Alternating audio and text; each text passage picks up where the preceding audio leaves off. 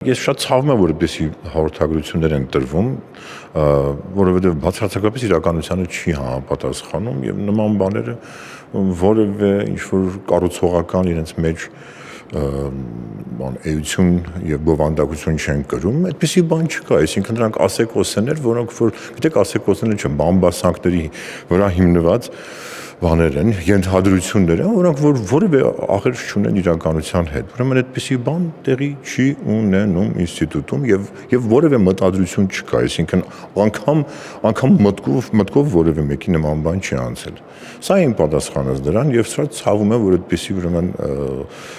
ստահոդ լուրեր են տարածվում։ Ճիշտ մեկնաբանություն է պահանջվում իհարկե վարչապետի խոսքը, նայեք ես չեմ դուրս գա իմ իրավասությունների սահմաններից, ես չեմ ցանկանում մեկնաբանել վարչապետի խոսքը, բայց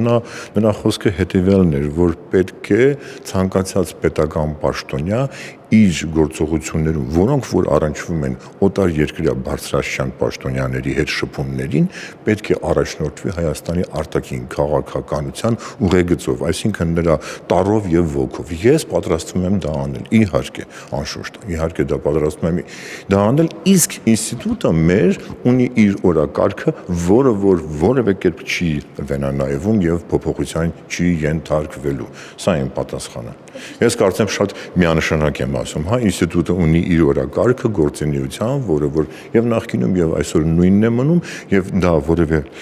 վերանայման ենթակա չի, մենք շարունակելու ենք աշխատանքները, բոլոր ուղղությունները, որոնցով որ այսօր ենք աշխատում, իսկ ինչ վերաբերում է ուրեմն վարչապետի ասացին, ես արդեն իմ կարծիքս, այսինքն իմ մեկնաբանությունը արդեն արեցի։